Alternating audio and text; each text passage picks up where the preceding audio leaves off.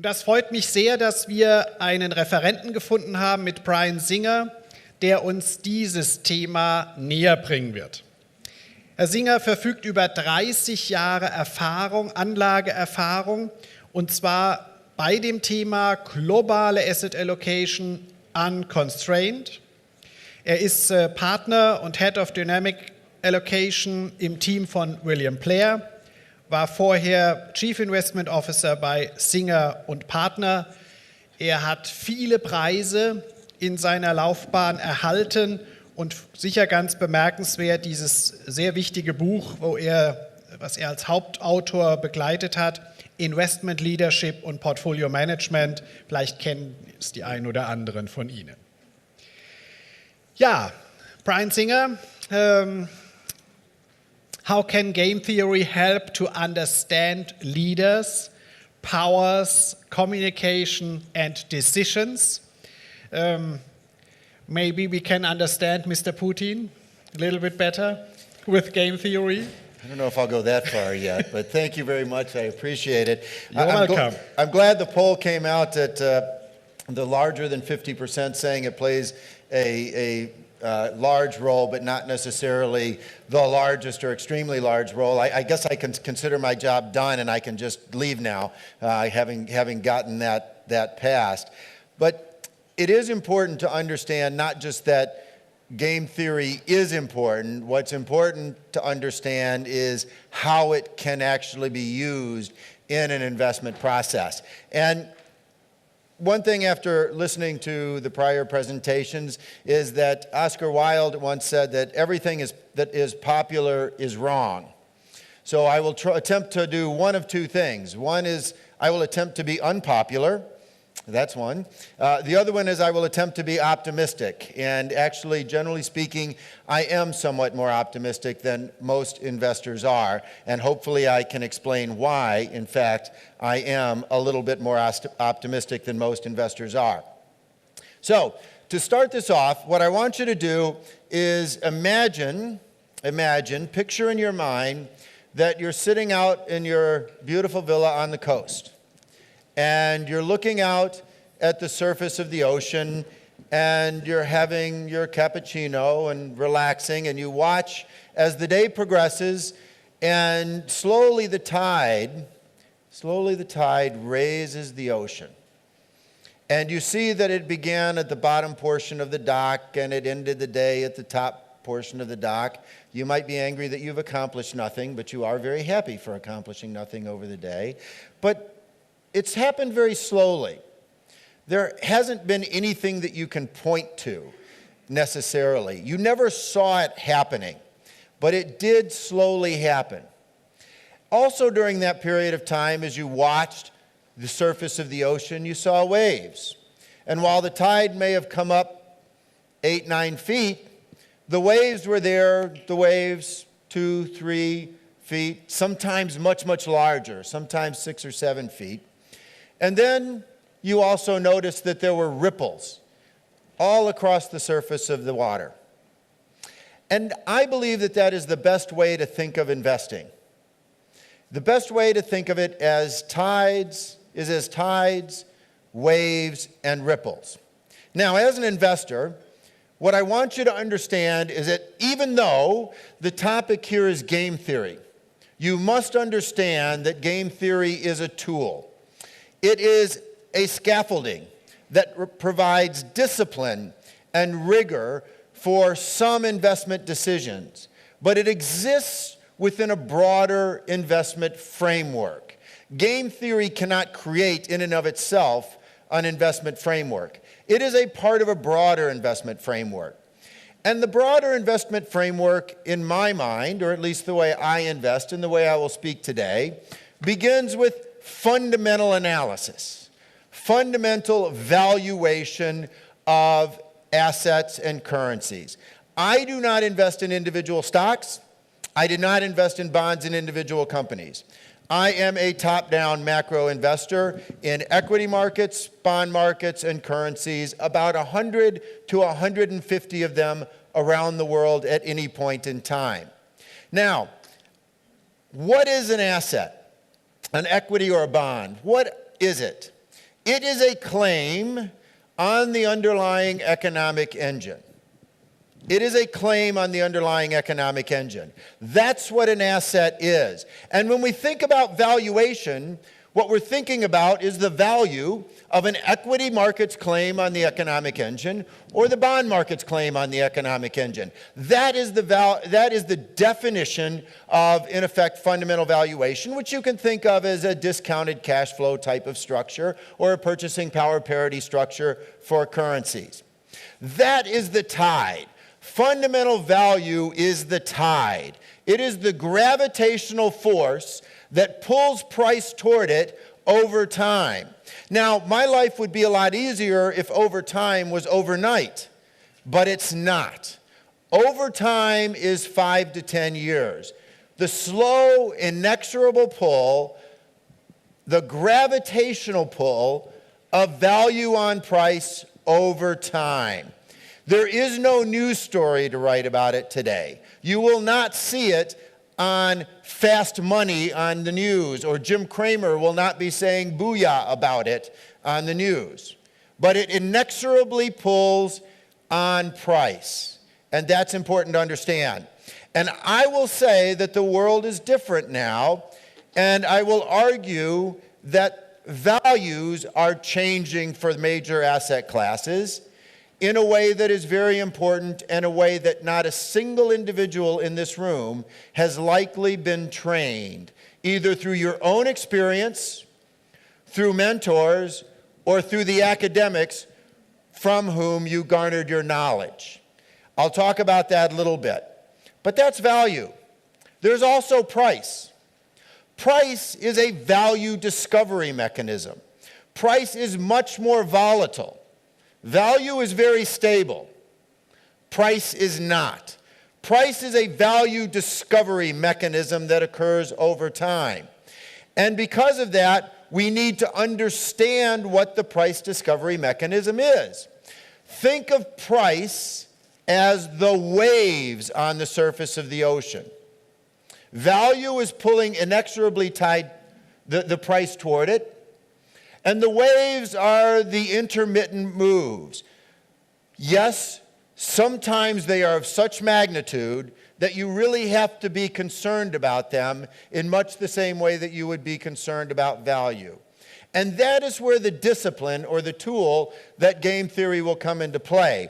And I will argue today that while changes have occurred in the world that will make value different from what it was, there are changes in the world that very much make the value discovery mechanism that is price very different from what all of us are used to experiencing. And that will be the key to the discussion as we go forward today. Now, this is a simple chart. It is the U.S. equity market in real terms. I could have done any number of markets, and I want you to understand, as having Roger Ibbotson here would be the first to say, this is a lucky market. This is a survivor. But it still reflects something very important. This is a chart of the S&P 500 line in blue, the real return, or the real wealth index, going back from 1900 to present. The red line is the real 10-year bond return, and the green line is simply an inflation index for reference. Now, a lot of times Jeremy Siegel and I will speak together on the topic, and this is public information. It's straight off the Schiller website at Yale University. And when Jeremy Siegel will show this chart, he'll show a single trend line going up. I have not done that because I do not believe that is correct to do.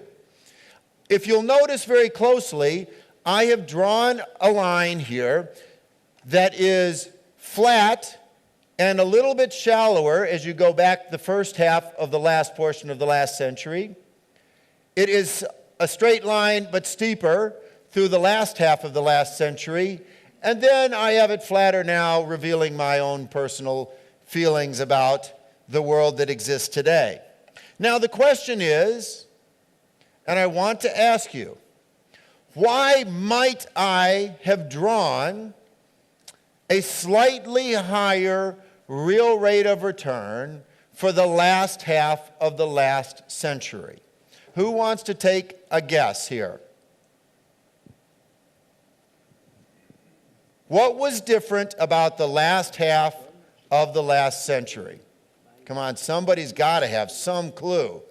I wasn't even born before this, and I can get it, okay? Somebody take a guess. What was it, productivity? Yes, but why? That would not be productivity as much as that would be labor force growth. So you've actually gotten both of them by answering it once, which is pretty good. The first one was the demographic tailwind. The baby boom, generally speaking, began in the mid-1940s. 1946 is what many scholars would say. The baby boom ended in 1964. I will say at the late end of that, but I won't exactly say when. But the point is that during that period of time, the developed world had a tremendous demographic tailwind. And real growth is sourced out of two things: labor force growth and productivity. So labor force growth was unique during that period of time and a strong supporter of real growth. There was another unique element during that period of time that boosted not labor force, but productivity. What would that have been? What was unique over this period of time? We all lived through it. The Cold War. The Cold War. Now, you may not have liked the Cold War. I didn't particularly like the Cold War. And in game theory, there's a phrase called mutually assured destruction. Nobody likes mutually assured destruction, but mutually assured destruction is geopolitically stable. And in a geopolitically stable environment, investors, corporations, individuals, entities can allocate resources with better understanding of the future. So we had two main things going on in the last half of the last century that were very, very important. One was the demographic tailwind, and the other was geopolitical stability of the Cold War. Now, if I sit here today, I would say that there's one period in time that is not the same as today by any stretch of the imagination, but there are important aspects of that period that you should really understand. And that is the first 3 decades of the last century. And there are many reasons why that is true. First, what were the two largest... Angus Madison did a great kind of historical compilation of growth, GDP, and things like that. What were the two largest countries in 1913 in the world by a GDP basis? What was it, England? No.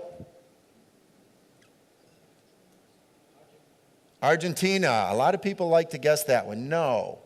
The U.S. and China. Don't think per capita. One of the keys is don't think per capita. U.S. and China. Guess what they are today? U.S. and China. Central banking, interesting concept. The Federal Reserve was created in what year? I've already told you the date. Go ahead. 1913. 1913. So the Bank of England had obviously been around much longer than that, but it was still a new concept as it was structured by the U.S. Central Bank and a very important central bank at the time. I would argue that today central banking is very new. The ECB, 1999, but who cares? When you have central bank balance sheets that are 2, 3, 4 times what they were just 10 years ago, as far as I'm concerned, in the U.S., Europe, England, Japan, China, central banking is new. We have no roadmap for understanding monetary implications of central bank policy today as we have in the past. You know, one of the things that I have, how many of you are aware of Piketty's book, the new book on income inequality? Anybody aware of that? Maybe you have to be a... Yeah, okay. So how many people here think actually that, and I'll speak more about the U.S. here in this instance, that income inequality is higher today in the U.S. Than it was in the early portion of the last century? Raise your hand. if you think it's higher today. No, it's not. No, it's not. It's not at all. You ever heard of robber barons? What a concept. And there was no social safety net. When income inequality is measured, it excludes all wealth transfers the way it is generally reported. If you include wealth transfers, inequality was high then as it is today. Political polarity. How many people think that the United States is extremely politically polar today? Nothing ever seen like it, right? Wrong. There's a great data set called DW Nominate, whatever it is, but it actually records every single vote by every single representative in Congress and every single senator in the Senate in the United States from the very first Congress to today, the 113th Congress. Every single vote. You can go into that data set and spatially analyze how far apart the politicians are. And you know what? We've looked at that. In the Senate, they were more polar back in the first 3 decades, and in the House, they were a little less polar, but on average, just as polar as they are today. Debt to GDP, also high back then. We didn't have the same types of social commitments unfunded liabilities that we have today, but they are quite large. And then finally, no one should be surprised that geopolitical environment was not stable then.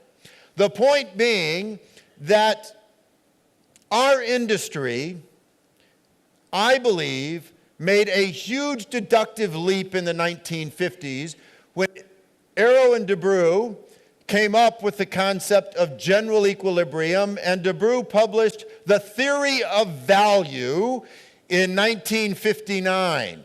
Think of what we do for a living. We determine value. This was a deductive leap that was brilliant for economics and finance. Harry Markowitz wrote Portfolio Selection in 1952 and launched modern portfolio theory. Another huge deductive leap.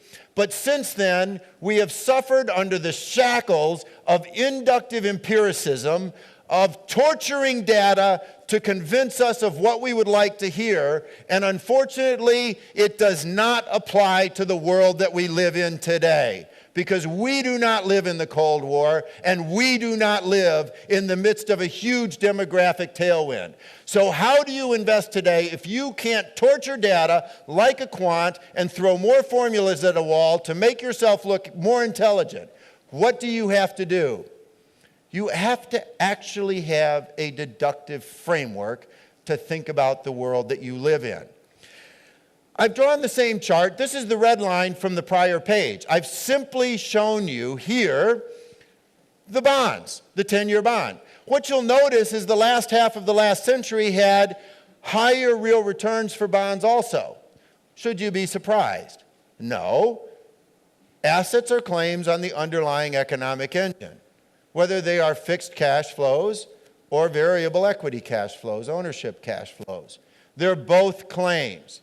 And they both did well during a period of stability and demographic growth. We don't have that today. So my first statement is, your assessment of value should change. The types of real growth that will accrue to assets, real growth of cash flows that should accrue to assets, is likely to be lower today than it has been over the last half of the last century. The data of that period does not reveal what needs to be revealed. Actually, as a sidebar, Simon Kuznets, the kind of background source of a lot of the income accounting that we do today to understand real growth, did most of his work in the 1930s, and it is why you see most of the data beginning in the 40s when it comes to national income accounting. Again, a set of data that we've been well able to torture. But value has changed, and the real cash flow growth that is embedded in the value of those claims has changed. It is likely somewhat lower going forward, but it's not a disaster, and I will speak about why it is not a disaster. As we go forward now, moving from value to price, and we think about understanding the mechanism through which we discover value, or price being the mechanism, we have to think of actually using additional disciplines that, generally speaking, and unfortunately, we're not trained in. One of those is game theory. And game theory is what allows us to understand the strategic negotiations of leaders around the world in a geopolitically unstable world, as we try to understand the price discovery mechanism that occurs every single day. Second thing is, fortunately and unfortunately, general equilibrium and modern portfolio theory are really concepts that led finance to be microeconomically driven. That's not a bad thing. But what it does imply to me as I look around the world is that there are very few economists and almost no financial analysts, which is a real disappointment to me, that have a great understanding of macroeconomic theory. And that comes into play as we think about understanding the world today. I believe that we are at the cusp of another deductive shift in our thinking. And the deductive shift moves us away from single period general equilibrium and modern portfolio theory models to understand what I refer to, or what is referred to as complex adaptive systems. Complex adaptive systems. A complex adaptive system is a system that absorbs and dissipates energy, information, action, central bank action, fiscal action, treasury action, all of these things. If you listen to any strategist or economist, what they will sit there and do is talk about China, the US, as if they existed in isolation. Now, this time you don't have to answer the question. I just want you to raise your hand. Who here has ever in their lives, not today, ever in their lives had an aquarium? Raise your hand. I want you to hold your hand up and keep it up. An aquarium with fish in a tank, swimming, dying, angry that you won't feed them. Oh, come on, hold your hands up. I know there are more people who've had an aquarium here. A bowl with a goldfish in it. Throw me a bone here. Okay, now, don't let your hands down. Keep those hands up. Come on. Yeah, you get it up there. Okay. Now, how many of you still have an aquarium? Exactly. Okay, so this is the deal. When I was young, when I was first out of school in the 80s, I had a 20-gallon aquarium. Yay big, the standard kind of size aquarium. And it was a killing zone. I mean, it was a killing zone. When I would bring the fish home in little bags, they would thrust themselves against the side of the bag to kill themselves before they had a chance to go into the tank and have me do it for them. And the reason is that the aquarium, small aquarium, is not a complex adaptive system. It is not sufficiently adaptive. So that if I do anything, any little mistake, it really cannot be absorbed by the system, and most things end up getting killed. I am one of the idiots who still has an aquarium.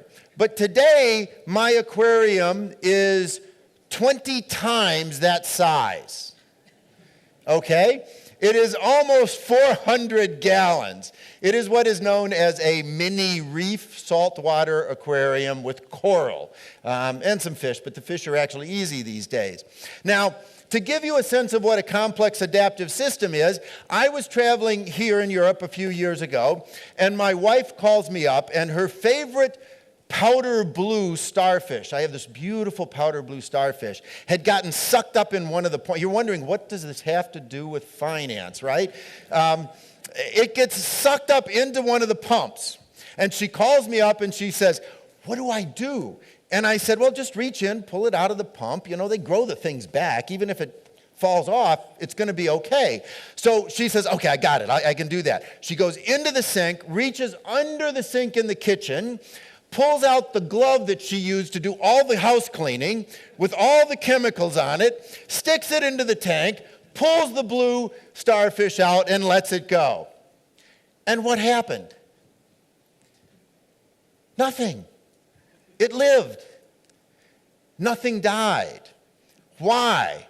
Because that aquarium is sufficiently large to absorb and dissipate the unconscionable disturbance that was thrown at it by sticking the chemical-laden glove in the tank.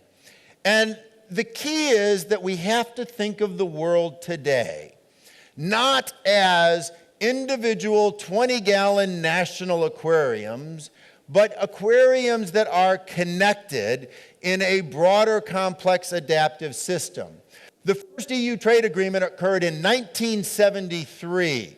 1973. The first U.S. free trade agreement was put in place in 1985. Who wants to take a guess who our first free trade partner was? And first I'll tell you, this is a setup question. You will be wrong. So now I encourage you to answer. Who was our first free trade agreement with? Canada. No, you're wrong. Setup. Okay, next choice. Mexico. No. Who? I didn't even hear it. No. No. Think political, now don't think economic. Israel. Did somebody say Israel? Yes, Israel was it. 25 years just celebrated. Now we have over 20 free trade agreements in place. The World Trade Organization evolved out of GATT in 1995 with over 150 countries. The world has the world has become much more of a complex adaptive system. And when you try to analyze what's going on, you have to have some understanding of macroeconomic theory and what free trade, goods, services, and capital mean as they absorb and dissipate various developments around the entire world. The macroeconomic picture, which most people don't understand. Today we have the Trans-Pacific Partnership under negotiation and the Transatlantic Trade and Investment Partnership as well. So that's an important aspect, but now I'll focus in on game theory in particular.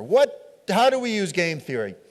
It's a geopolitically unstable world, and whether or not we're talking about the Eurozone with 17 countries plus the ECB negotiating on the crisis in particular after 2011, the Ukraine, the US election, the Italian election, China, and its relationships with Russia and other countries. These are things that as investors, we are not taught to really understand. But what we do want to do is understand that in a geopolitically unstable world, game theory matters in this new world order.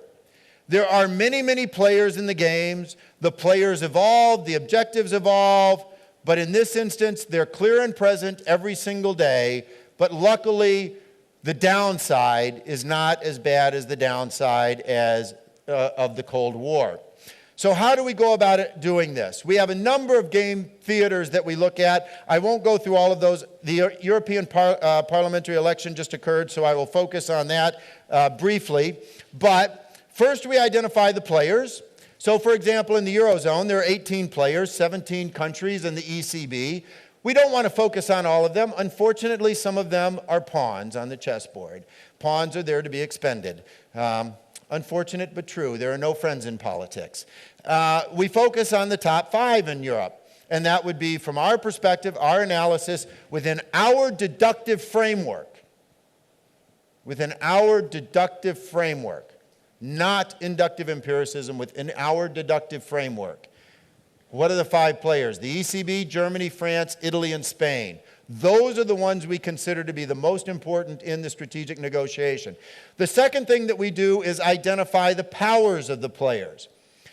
the objectives of the players. And we always identify multiple objectives, primary, secondary, for example. And if you want, you can feel free to follow up with me afterwards. We lay out very explicitly in a structure, a game theoretical structure for mini game theaters, including the Eurozone, who the players are, the primary and secondary objectives, and the powers. One interesting thing about the objectives of the players in the Eurozone today,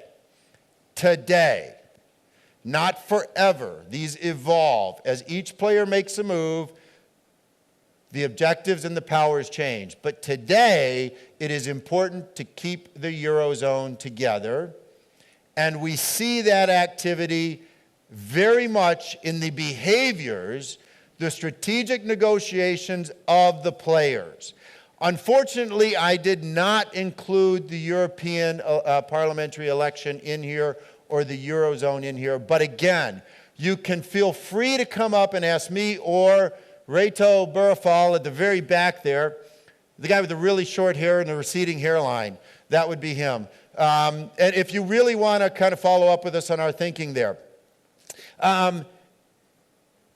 The powers of the players. We always focus on 4 powers: endowment power, threat power, risk tolerance, and coalition power. So what are they? Endowment power. Endowment power can be money. Germany has money. Greece wants money. Germany has money. It could be nuclear warheads. It could be political capital on a strong platform that comes from a strong platform during election. That's endowment power. And the ECB and Germany stand above the rest.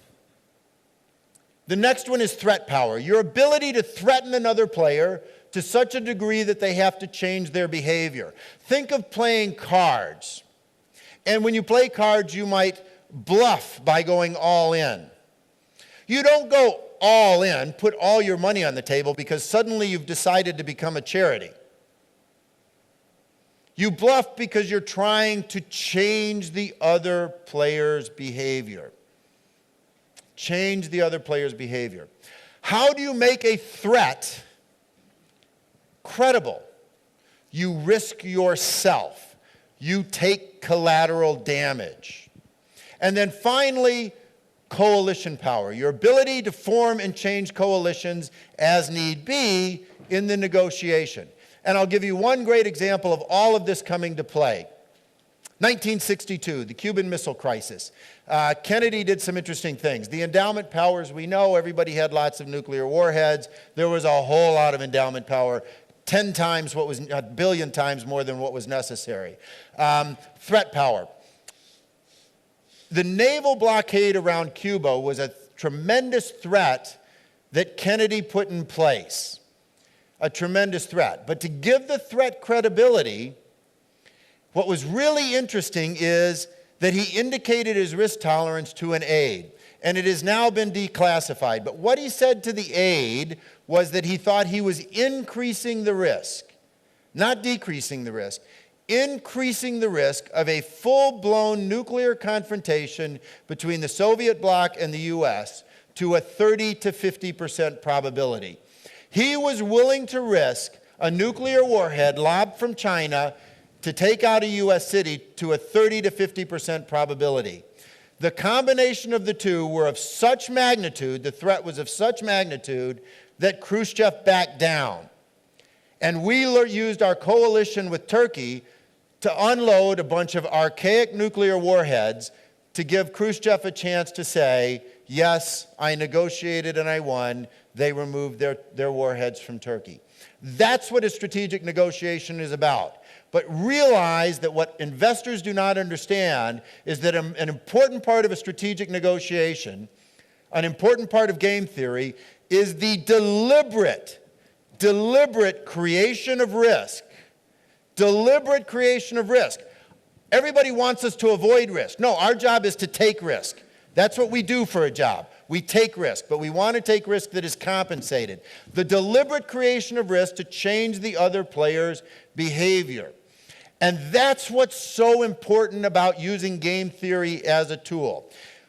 Now, I'll bring up one other thing. I like to make a distinction between the use of the word risk. Risk is a wastebasket term. Volatility, in my mind, refers to the past, historical, ups and downs of the past, returns, ups and downs. Now, and this is why a deductive framework such as game theory is so important, As we think about the future, I'm going to go back to a University of Chicago professor, Frank Knight. And he, in the 20s, came up with a distinction between risk on a forward-looking basis, and he referred to them as risk and uncertainty. Risk was a knowable unknown, and uncertainty was an unknowable unknown. Now, let me explain how that works. It's something called the Ellsberg Paradox, which is, imagine I have a bowl, and in the bowl I have red marbles and non-red marbles. 40% of the marbles are red, 60% of the marbles are not red. I ask you to draw, and I ask you to say what you think the risk of getting a red marble is. It's 40%. The risk of getting a non-red marble is 60%. That is risk. That is a knowable unknown. Now, I said that there were 60% non-red marbles. I did not tell you what color they were. But now I will tell you that I have control of the non-red marbles. And they are yellow and black. And I'm not going to tell you what percentage they are. They might be all black. They might be all yellow. They are some mixture that I might change at whim. And I ask you to say, what is the risk associated with getting a black marble? That is unknowable.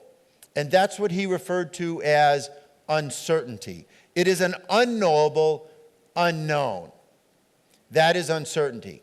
The importance of game theory is not to predict the future. It is to take uncertainty, an unknowable unknown, and turn it into risk, a knowable unknown, and only when you've turned it into a knowable unknown can you then take an investment position on it. Because then you can make an assessment of whether or not the risk is compensated.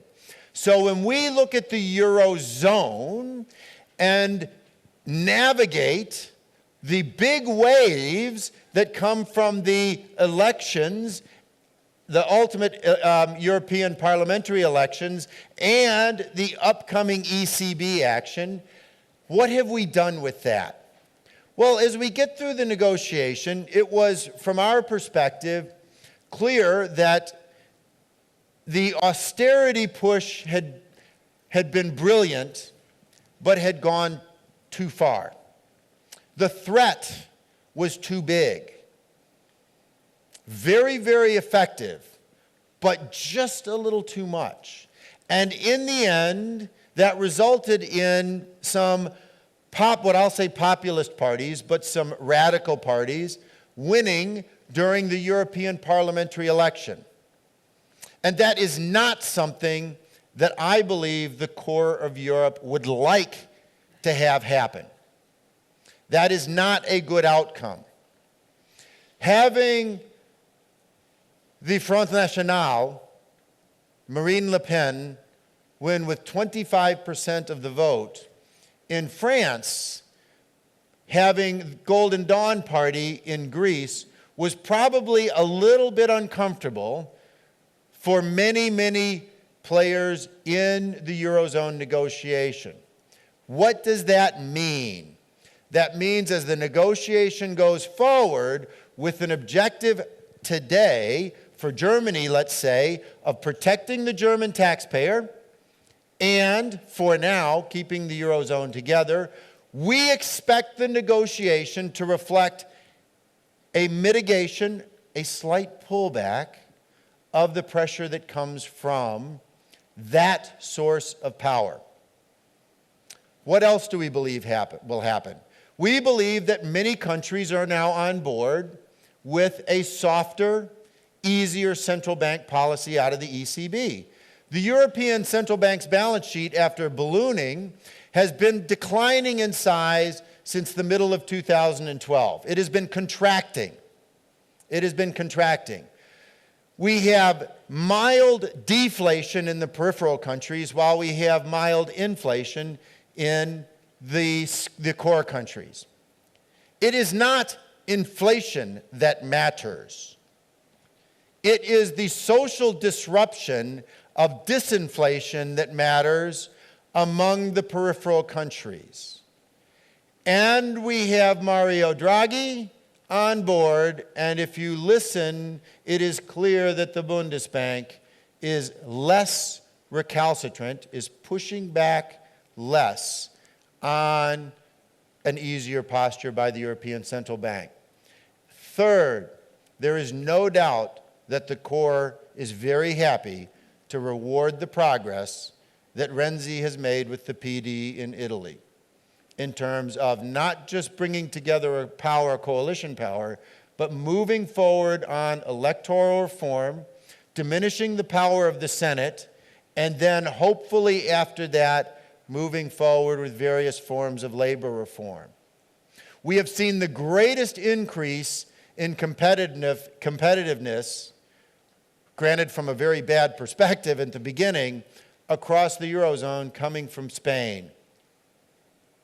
These are things that will motivate behaviors of players going forward. It is for that reason that before the European election, we put a much, much larger short position on in the euro, and why since the election, we have increased the size of that position.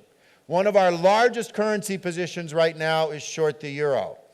In addition, we have put on very, very large equity exposures, long, in Italian equities and Spanish equities. It is because in the equity markets in Italy and Spain, values are here and prices are here. The inexorable pull of gravity of value is up. And we believe that the strategic negotiations that are occurring across the Eurozone will accrue to the benefit of the leadership there and to the benefit of the pricing mechanism, the revaluation of equity prices toward fundamental values. Similarly, with respect to the euro, fundamental value in our view is about 120 on the euro. It's against the dollar. It's trading at about 136 now. You can agree or disagree with that. We're long-term investors. We're not looking for that. It's not a prediction. It's fundamental value, the gravitational pull over the coming years. But it is also clear that the strategic negotiations have moved to the support of an easier monetary policy stance out of Draghi. It's not that I'm sitting here today saying, will it be negative deposit rates? Will it be LTRO? Will it be QE? Will it be jawboning? Doesn't really matter to me. I don't think it'll be QE. I think it's likely to be deposit rates and LTRO and jawboning. There's nobody in the world that's learned more about jawboning than the man who says, I will do whatever it takes. That was about as valuable and effective as anything could possibly be. But that will be a source of change as we go forward with respect to the euro and supports the price discovery mechanism or the value discovery mechanism through price as we have increased our short positions in the euro.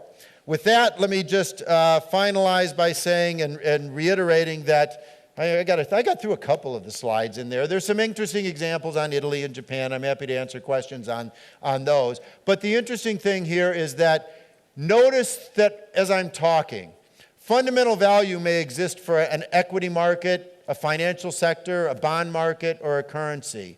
But my dialogue has been, in all instances, international. And while I say that we have a demographic headwind as we go forward, and we have geopolitical instability that makes resource allocation perhaps somewhat less productive going forward, we have the greatest opportunity in the history of human capitalism because of the incentive structure of the demographic differential between developed and developing economies. The great release valve that we have in this complex adaptive system is the free trade of goods, services, and capital, especially between developed and developing economies. Only 17% of the world's population lives in the developed world. 83% lives in the developing world. Hernando de Soto out of Peru has done brilliant research on the portion of that population that is in the legal economy. For perspective, what is it? What do I mean legal economy? The legal economy is a restaurant. There has government approval for it to function. It's clean and all these other things. That's the legal economy. 15% of the U.S. economy is extra legal. People mowing our lawns who are not legal citizens of the U.S. They are paid cash and they do not declare any income on their tax forms. That is extra legal. I would not call it illegal, and he does not either. It's not drug dealing or anything like that. In many of the emerging markets, and this is what Hernando de Soto's foundation does, he measures the size of the extra legal or gray economy. In many of those economies, 90% is extra legal. You can look at all the stupid data you want about GDP and everything else, but when you realize that the labor force has the opportunity to absorb 90% that is now extra legal, all of that data, all of the inductive empiricism of torture of that data in those markets becomes suddenly less meaningful. You have to have a deductive framework to account for that going forward. World trade, free trade, is the great opportunity that we have. It is also the great risk that we have as the developed world tries to absorb massive central bank balance sheets, high debt, and tremendous unfunded liabilities. With that, thank you very much, and I'm happy to answer whatever questions you have about markets, game theaters, strategy, positioning, or whatever. Thank you very much.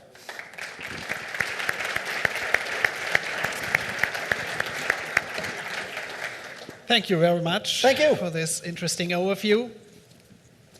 Are there any questions? You should be aware, I will ask you questions if you don't ask me questions. You should be aware of that already. Yeah. Thank you, Brian. Just a question on your typical strategy. Would you agree that by the use of game theory that you typically have a small number of large bets in your strategies, and then if it goes well, it probably goes really well, but if it goes the other way, that you can have a big deviation from your objectives? Thank you. And the question there is does the use of game theory imply that we have a small number of large bets in the portfolio? And the answer is no. If you play, it's interesting, if you play poker, I don't. I take enough risk in my day job. But one of the things a poker player will do is look at the second hand of their watch. And depending on where the second hand is, it tells them whether or not to bet on something. The key is to make it completely random.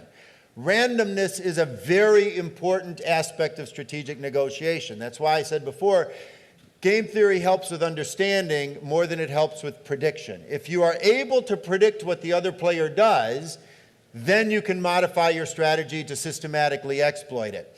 What that means in the end is that there's always risk, even if we go through the deductive framework of game theory. Because there is risk, we are unwilling to take in the portfolio too much risk in any single game theater that we actually use. Depending on the analysis, we'll sometimes use more risk than in other situations. With the case of the Ukraine, for example, Russia has been for a long time, Russian equities have been the most attractive valuation that we've seen for a few years. We, however, have not taken a position on Russia until the political instability that came about in Kiev. And just before, the first position that we took was the week before the Crimean referendum.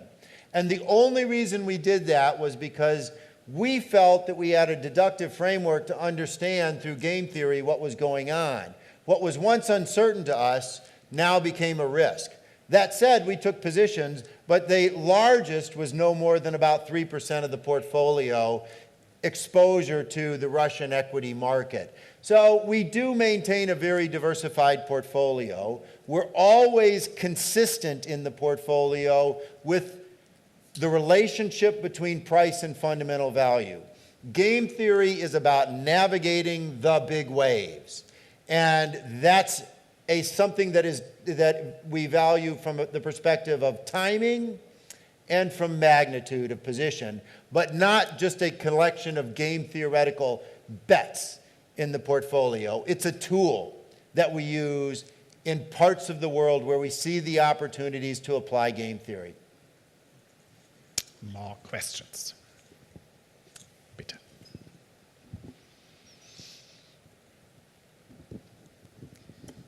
You said that you're not a quant before, but how do you use the model in practice? I mean, do you put it or implement it into a factor model, or is it completely off the charts and you just like talk about it and then come to a conclusion?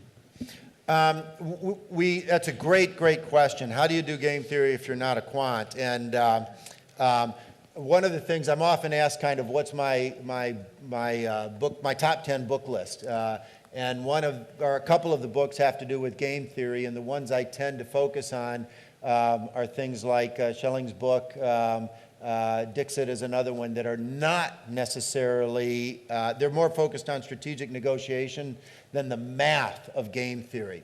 So for us, we use game theory to create a framework. What we know about analysis, so let me go back to what analysis means. What we know about analysis is that most people out there seek more information.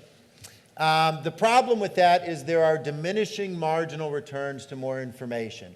It doesn't take a lot of information to get a good decision.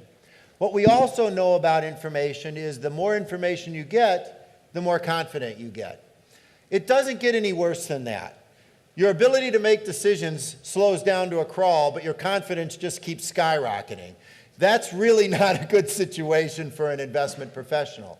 What we know about the analysis of analysis is that the best way to make decisions is to create a framework to organize the information so that you can understand the information better than when it comes to you. For us, game theory is not about a factor model. It is about a framework of understanding and identifying players, understanding and identifying objectives, understanding and identifying powers, endowment, risk, tolerance, threat power, and coalition power, and having a dialogue within that framework that becomes a way for us to think about things before they happen and to understand them as they happen. But it is not purely qualitative, because those become state variables, risk factors, in our risk modeling as well. But all of our risk modeling is nothing, again, but a framework.